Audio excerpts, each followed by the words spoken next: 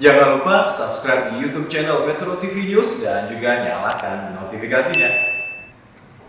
Dalam episode Syiar Madrasah Ramadan kali ini, kita akan melihat lebih dekat seperti apa Madrasah Mu'alimin Mu'alimat Tambak Beras di Jombang, Jawa Timur, di mana madrasah ini menjadi cikal bakal berdirinya pendidikan Islam di tanah air dan menjadi satu-satunya madrasah di Jombang yang masih mempertahankan kajian Islam hingga saat ini.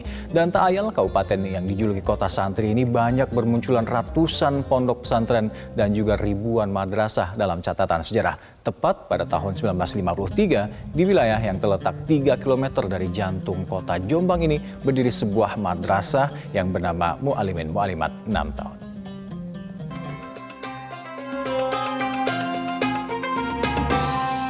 Dipersembahkan oleh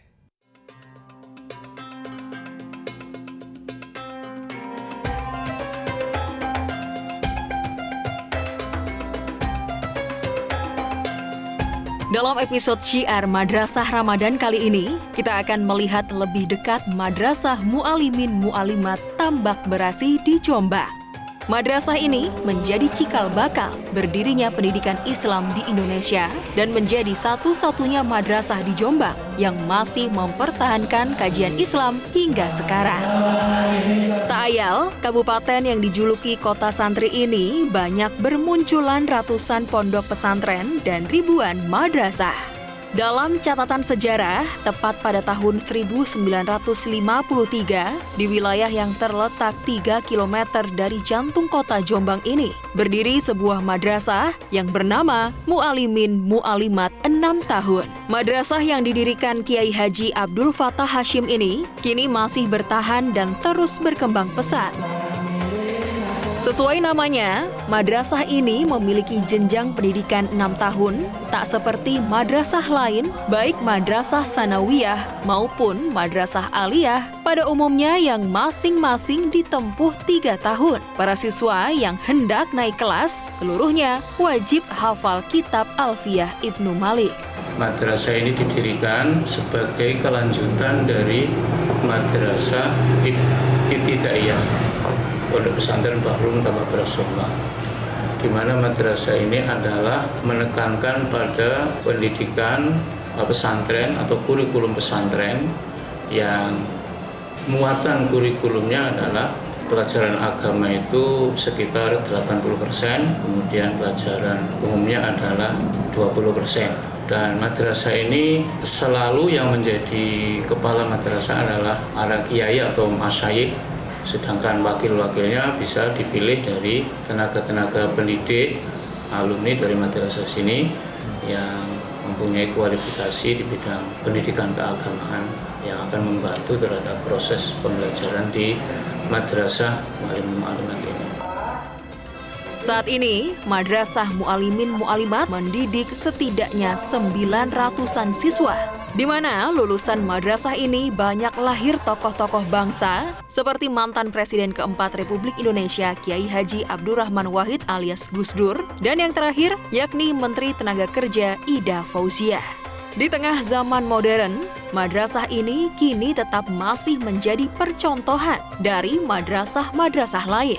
Meski pelajaran klasik sangat diutamakan, namun para siswa yang mengenyam pendidikan di sini juga diwajibkan membuat karya dalam bentuk buku yang merupakan hasil belajarnya selama 6 tahun di madrasah.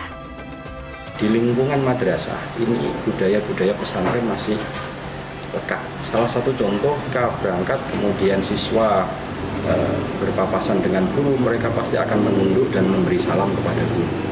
Dan itu menurut saya yang jarang sekali ditemukan di madrasah-madrasah lain. Karena memang madrasah Mu'alimin Mu'alimat basisnya adalah basis pesantren, dan yang mengajar juga kebanyakan dari lulusan-lulusan pesantren dan para kiai.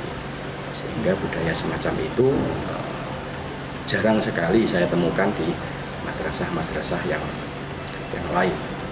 Dan juga kombinasi antara kurikulum pesantren dengan kurikulum Kementerian Pendidikan itu bisa disinergikan, bisa diolah sehingga menjadi satu kurikulum yang menjadi kurikulum baku istilahnya di Madrasah Mu'alimin Mu'alimat, sehingga lulusannya mempunyai keunggulan yang bervariasi. Perbedaan inilah yang kemudian membuat madrasah ini terus berkembang pesat hingga saat ini. Moto dari madrasah ini yakni tidak pernah menolak siswa. Di madrasah ini mengajarkan ilmu-ilmu agama secara mendalam, seperti belajar ilmu alat dalam memahami bahasa Arab, hukum Islam, hingga tafsir dengan bimbingan para guru yang memahami bidangnya.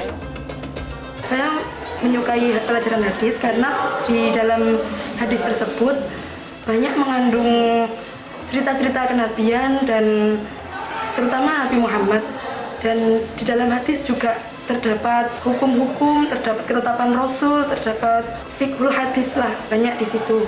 Jadi cerita sekaligus menggali hukum kehidupan sehari-hari. Dalam madrasah ini kita dituntut untuk minimal menghafal 250 bait alfiyah. Ada dorongan motivasi dari guru maupun dari pembimbing maupun dari orang tua dan teman-teman juga. Akhirnya yang sulit akan menjadi mudah. Ilmu yang diajarkan, substansinya itu memang sulit, tapi dengan guru-guru pengajar-pengajar yang mumpuni, alhamdulillah semuanya itu bisa mudah untuk dipahami dan gampang untuk diingat. Memang mumpuni dengan bidang-bidang tersebut. Pendidikan itu penting, khususnya ya kita yang masih remaja, ya memang mencari ilmu itu diwajibkan karena semua orang butuh ilmu sebagai ya titian hidup.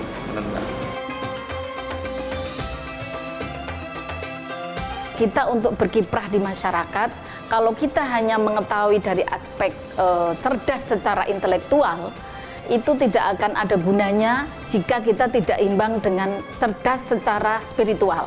Pendidikan agama Islam khususnya kita di madrasah itu sangat penting sekali untuk bagaimana menyeimbangkan kita semuanya ini di tengah-tengah masyarakat mempunyai keseimbangan antara intelektual dengan spiritual. Kalau tidak nanti di tengah-tengah kita akan menjadi orang-orang yang tidak imbang, pintar tapi egois, gitu kan. Kemudian kalau spiritual juga nanti dia tidak cerdas, dia hanya agamis saja. Sehingga perlu ada keseimbangan antara dua hal ini.